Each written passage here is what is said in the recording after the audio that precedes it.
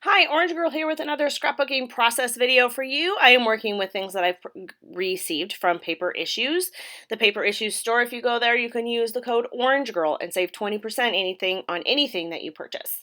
So I'm also using a free cut file from the Paper Issues store, and I'll link all that information below. And when you get this cut file, you get two parts. So one part is the inside of the flowers, like this. So I cut that. And then the other part is a place for you. It makes the holes so that you can do some stitching. Okay, so it's a stitching cut file. So it comes with both of those things. So what I'm going to do is I'm going to use all four of these flowers. I'm going to outline them with the same color. I'm going to use black and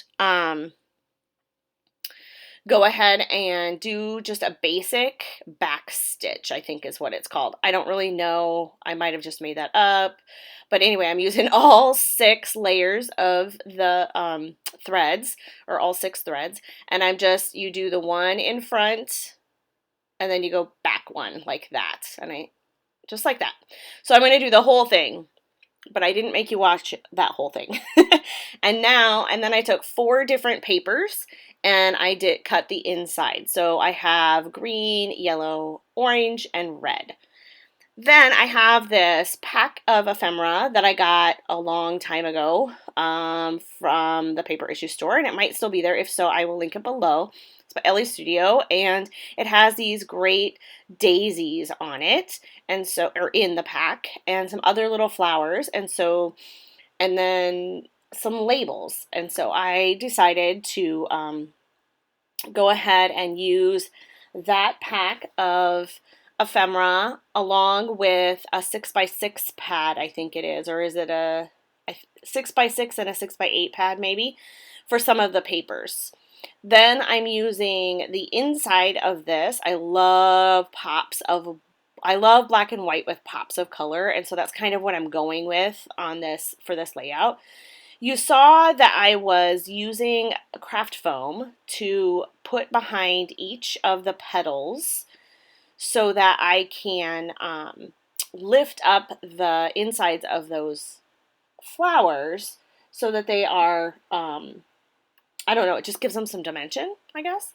So I put a little vellum. I had vellum sitting on my table, so I used vellum. Sometimes I use, most of the time I use tissue paper. But today I ended up using vellum because it was sitting there, and it just kind of gives my photo a home, and then I'm going to put a couple layers behind it. I think I end up putting 2 or 3 of the colors behind it like this. And those are going to be my layers behind the photo. To be honest, I really don't add a lot of stuff because I feel like the cut file itself just takes up so much space, and I'm just kind of showing it off that I don't want to take anything else away from the photograph either. So you're going to see me glue this stuff down here. I'm gluing a lot of the green flower. I am covering up. So I didn't pop up that part of the cut file. But the red and the yellow and the orange, almost all of those parts, except for if it's behind the photo, are all popped up using just craft foam. I'm going to use this beautiful, which is also came in the Elle Studio pack. I'm going to use that as my title, but it had just a little bit too much white around it for me, so I decided just to cut some of that off.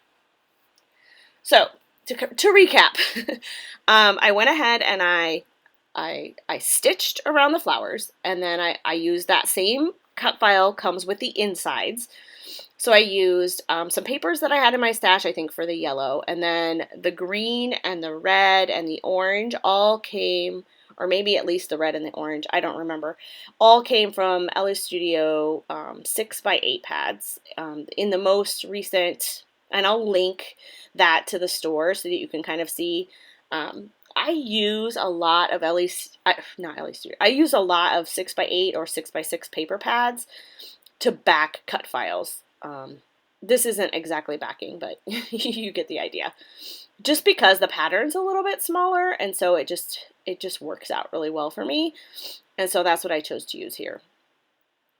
So now I'm just kind of trying to figure out how I want to arrange the flowers and some of the little labels and where I might want to put those behind my photo just to add a little bit more. So all of this stuff that you're seeing me pull out, there's stickers, there's labels, all of that is LA Studio stuff. So, and I will link to that in the shop. So I decided not to make you watch me glue all of that down. So I glued a lot, not all of, but a lot of those down. And now I'm going to add some tangled thread, because I always do that, behind my photo here. And actually I started with red and I ended up changing that out to green, or not green, orange. I decided instead of going tone on tone like I often do, I wanted to put the color across the page. So you can see I changed out the red for orange there, and then I'm going to put red on the other side, and then yellow up by the red. So the colors actually aren't next to the flower of the same color, if that makes sense. So it's kind of the opposite of what I sometimes do when I try to stick with the color that I'm closest to. And part of the reason I decided to do that was just because I felt like it just looked like I just wanted to add pops of color throughout the page, like an explosion of color, rather than keeping it the same. So I'm adding a little bit of green and red and yellow and orange splatters from some different mist that I have in my stash, and I just kind of splattered those around, and then I usually, oftentimes actually, take a tissue or a napkin or whatever I have laying around and kind of suck up some of that, suck up some of the mist, partly so that it doesn't soak too much into the paper, but also so that it has, I don't smear it across the page. Okay, so then I decided it needed a little something down here, so I ripped the paper and then added a little label sticker that says, "Soak it up." So this is a photo actually taken last year in July, and the journaling that I'm going to add here below the photo says, "We love Squaw Creek Park. On this trip we were camping. This nature walk was one of the highlights of the trip." So just a simple little journaling to kind of say where we were, and then the date. So I'm kind of moving things around, trying to decide where I want what colors of labels and things like that.